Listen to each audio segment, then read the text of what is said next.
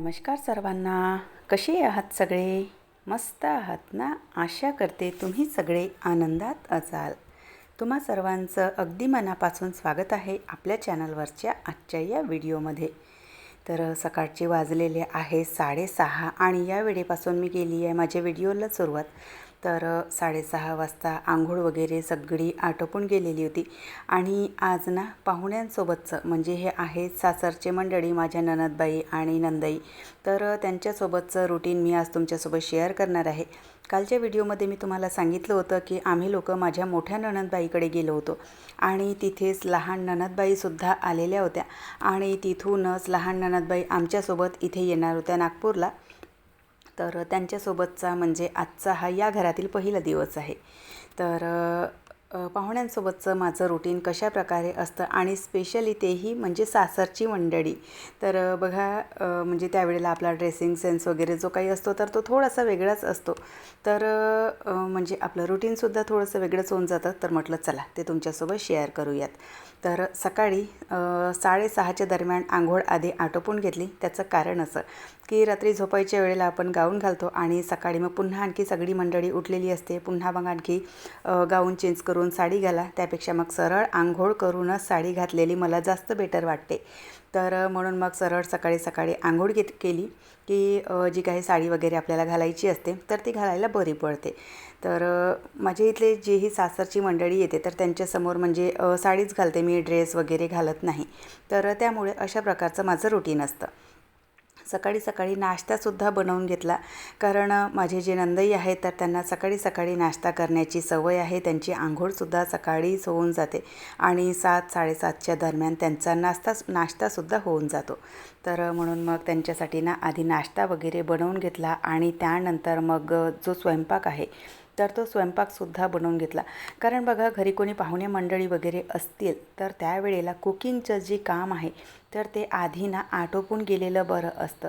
कारण मग मधातच पुन्हा आणखी कोणाला भूक लागली कधी काय आणि आपण आपल्या दुसऱ्या कामांमध्ये असतो आणि मग पुन्हा आणखी स्वयंपाकाची घाईघाई होते. तर त्यामुळे स्वयंपाकाचं काम आधी आटोपून गेलेलं बरं असतं. किचन वगैरे क्लीन केलं, सगळं जेवणं खाणं आटोपलं आणि दुपारच्या वेळेला इथे आमची ना बसून जी मीटिंग असते, family meeting, family time, family enjoyment, तर तो असा चालत असतो. सायंकाळच्या वेळेला सायंकाळ म्हणजे जवळपास 2:30-3 वाजलेले असावे. तर त्यावेळेला मस्त छान चहा घेतला, फ्रुटी घेतली. हे लोक डीमार्टला गेलेले होते माझे नंदई आणि मिस्टर. तर त्यांनी येता येता फ्रुटी आणलेली. तर तीच फ्रुटी आणि चहा वगैरे घेतला आणि त्यानंतर मग पुन्हा स्वयंपाकाची तयारी सुरू केली. स्वयंपाक लवकरच करणार आहे आणि आज बघा अगदी शॉर्टकट थोड्या क्लिप मी तुमच्यासोबत शेअर करत आहे. पूर्ण काही मी शूट केलेलं नव्हतं कारण पाहुण्यांच्या समोर शूट करायला अगदी असं ना ऑकवर्ड वाटतं. तर त्यामुळे थोडं शूट केलेलं. तर सायंकाळी म्हणजे 4-4:30च्या दरम्यान स्वयंपाकाला सुरुवात केलेली होती आणि जो पाहुणचार आहे तर तो सुद्धा मला आजच बनवून घ्यायचा होता. कारण दुसऱ्या दिवशी 2:30-3च्या दरम्यान हे लोक म्हणजे गावला जाण्यासाठी निघणार होते. कारण त्यांच्याही इथे ते जे भाऊ आहेत तर त्यांना जास्त सुट्टी काही असत नाही. तर त्यामुळे हे लोक लवकरच निघणार होते. तर म्हणून मग म्हटलं की उद्या घाईघाई करण्यापेक्षा ना पाहुणचाराचा जो बेत आहे तर तो आजच बनवून घेऊयात म्हणून. तर आधी खोव्याच्या साठवड्या बनवण्याचा माझा विचार होता. 2-3 दिवसाच्या आधी एका व्हिडिओमध्ये मी तुम्हाला सांगितलंसुद्धा होतं. पण त्यावेळेला खोवा काही मला मिळाला नव्हता आणि त्यातल्या त्यात मोठ्या नणंदबाईकडे गेलेलो असताना त्यांनी खाऊमध्ये थोड्याशा साठवड्या बांधून दिलेल्या होत्या. तर म्हणून मग तो जो प्लॅन आहे तर तो स्किप केला. नंतर विचार केला की पुरणाच्या पोळीचा बेत ठेवावा, पण बाई म्हणाल्या की गुलाबजामुन बनवून घे म्हणून. बाई म्हणजे माझ्या नणंदबाई. आधी मी यांना ताईच म्हणायची, पण माझे मिस्टर वगैरे त्यांना बाई म्हणूनच बोलायचे. तर मी सुद्धा बाई म्हणायला सुरुवात केली. तर छान अशी पाटोळीची भाजी बनवली आहे. एका ताईंना पाटोळीची रेसिपी हवी होती पण अनफॉर्च्युनेटली मी काही शूट केलेली नाही. तर त्यामुळे सगळा स्वयंपाक बनला आणि सगळ्या मंडळींची तयारी करून कुठे चालले आहेत? आम्ही चाललो कोराडीच्या मंदिरला. आधी कुठेतरी अधिक मासाचा आंघोळीसाठी जाण्याचा प्लॅन होता पण तो प्लॅन फ्लॉप झाला. ताईंनी बांगड्या आणल्या होत्या, ताई म्हणजे बाईंनी बांगड्या आणल्या होत्या, ताई नाही बाई. बाई बांगड्या घालून देतात. तर आधी कुठेतरी आंघोळीला जाण्याचा प्लॅन होता, पण मग तो प्लॅन कॅन्सल झाला आणि आता चालू आम्ही सगळे कोराडी मंदिरला. सायंकाळच्या वेळेला, सायंकाळचे 7 वाजलेले आहेत. स्वयंपाक सगळा बनलेला आहे, कारण आल्याच्या नंतर मग स्वयंपाक करण्याचा कंटाळा येतो त्यामुळे. तर चलो, तिकडचं जर शूट केलं तर तुमच्याशी नक्की शेअर करणार. बाय. सगळा स्वयंपाक वगैरे आटोपून आम्ही निघालोय कोराडी मंदिरला जाण्यासाठी. आमच्या नागपुरातून अगदी जवळच आहे, म्हणजे जवळपास अर्ध्या तासाचा रस्ता असावा. पण त्या दिवशी थोडासा उशीर झाला, कारण मेन हायवेवरनं एक ॲक्सिडेंट झालेला होता. त्यामुळे ना इतकं ट्रॅफिक होता आणि खूप वेळ त्या ट्रॅफिकमध्ये लागला. तर फायनली कोराडी मंदिर जो आहे तर तिथे आम्ही येऊन पोचलेलो. आधी विचार केला होता की दुपारच्याच वेळेला जायचं किंवा मग कुठेतरी अधिक मासाच्या स्नानासाठी जायचं म्हणून. पण मग नंतर हळूहळू सगळ्यांचे विचार बदलत गेले आणि कोणी हो म्हणाले, कोणी नाही म्हणाले. काही वॉटर पार्कला जायचं, काही नदीवर आंघोळीला जायचं, असं सगळ्यांचं चालू होतं. पण शेवटी सगळ्यांचं जे बहुमत आहे तर हे सगळे एक्स्ट्राचे एफर्ट्स लावण्यापेक्षा मस्त छान जवळच कोराडी मंदिर आहे असं सगळ्यांचं म्हणणं झालं. तर त्यामुळे म्हणाले सगळे की कोराडी मंदिरला जाऊन येऊयात म्हणून. आणि तसेही बघा, आमच्या इथे माझी जी नंदई आहे तर त्यांनी बऱ्याच दिवसाचं कोराडी मंदिर काही बघितलेलं नव्हतं. तर त्यांची इच्छा होती कोराडी मंदिरला जाण्याची. तर म्हणून मग कोराडी मंदिरला आम्ही येऊन पोहोचलेलो. आणि इथल्या याच्यामध्ये सांगायचं झालं तर बघा, सगळ्याच गोष्टींना खूप छान अशा बघण्यासारख्या आहेत. पण त्यातल्या त्यात इथली जी रांगोळी आहे आणि रांगोळीचे जे काही इथे साचे मिळतात किंवा जे काही टूल्स असतात, इन्स्ट्रुमेंट असतात, इतके छान छान आणि इतके नवीन नवीन व्हेरायटीचे तुम्हाला बघायला मिळतील. जितक्या वेळेला यावं तितक्या वेळेला या मंदिरामध्ये ना काहीतरी असं नवीन दिसतं. म्हणजे इथलं ना काम चालूच आहे दिवसांदिवस ना, इतकी म्हणजे इम्प्रूव्हमेंट आहे आणि काय ना काय इथे नेहमी सततचं काम चालूच असतं. आणि मंदिराच्या बाबतीमध्ये सांगायचं झालं तर मंदिर इतका छान आहे आणि लायटिंगद्वारे ना इतकं छान त्या मंदिराचं डेकोरेशन केलं गेलेलं आहे. चला, मस्त छान सगळे दर्शन वगैरे झाले. तिथलं आतलं काही शूट केलं नाही, कारण तिथे शूट करायला मनाई करतात ते. तर मस्त दर्शन वगैरे झाले आणि आता सगळ्यांचं फोटोशूट चालू आहे. आणि त्यानंतर मग बाहेर थोडेसे रांगोळी वगैरे आणि थोडीशी पेटपूजा वगैरे करू. पेटपूजा फारशी नाही, कारण मी घरून ऑलरेडी स्वयंपाक बनवून आलेली आहे, त्यामुळे पेटपूजा वगैरे नाही करणार जास्त. पण बघू आता मुलांना काही खायचं असेल तर चला, आता थोडीशी शॉपिंग होणार आहे. आणि आमची मंडळी मावशीच्या घरून, बुवाच्या घरून वापस आलेली आहे. तर चला.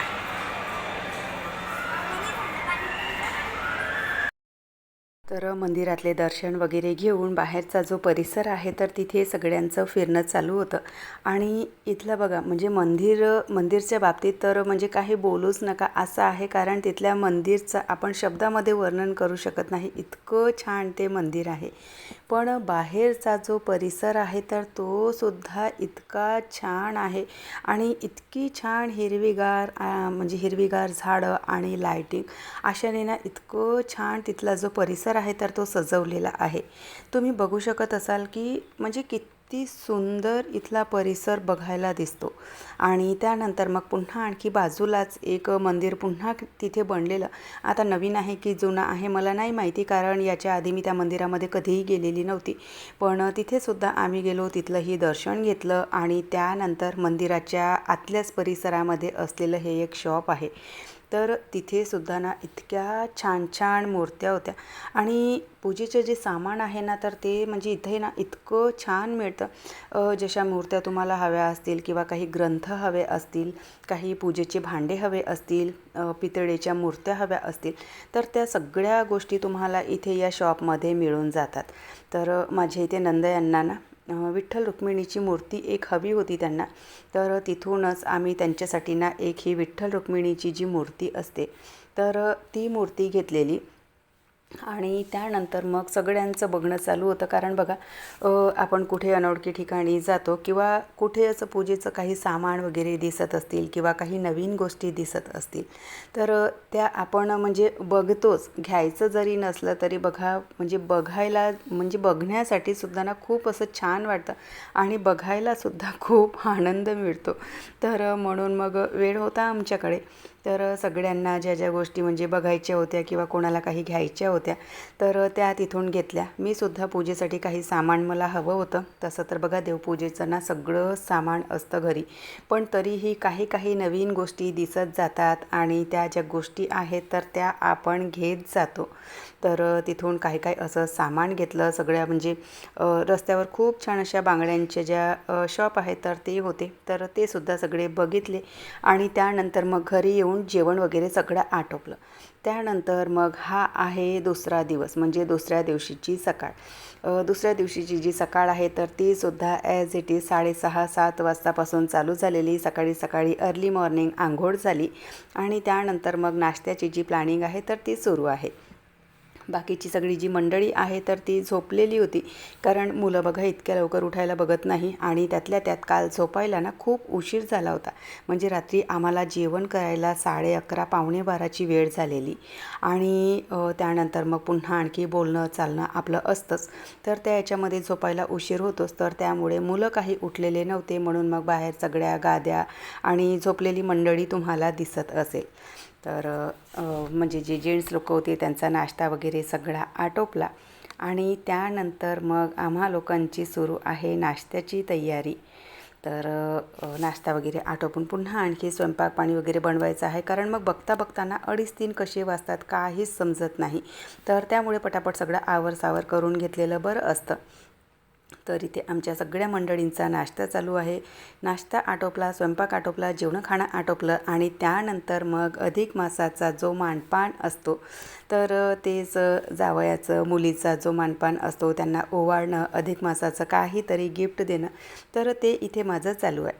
आता आपली नणद किंवा आपले जे नंदई आहेत तर ते सुद्धा म्हणजे नणदबाईसुद्धा आपल्या घरच्या मुलगीच आहेत. असं नाही की आपल्या मुली जेव्हा मोठ्या होतील आणि त्यांना आपण ते करायचं असं नसतं. तर नंदासुद्धा आपल्या घरच्या मुलीच असतात, म्हणून मग त्यांचा जो मानपान आहे, जे अधिक मासाचं गिफ्ट मला द्यायचं होतं तर तेच बघा इथे माझं देणं चालू आहे. आणि अशा प्रकारे बघा या मंडळीसोबत 2 दिवसाचा हा जो प्रवास आहे, 2 दिवस कशा पद्धतीने म्हणजे कसे निघले तेच काही कळलं नाही. तर चला सगळी मंडळी निघालेली गावला जायला, आम्ही त्यांना खाली सोडण्यासाठी आलेलो. तर आजचा व्हिडिओसुद्धा मी इथेच संपवते. आशा करते तुम्हाला आवडला असेल.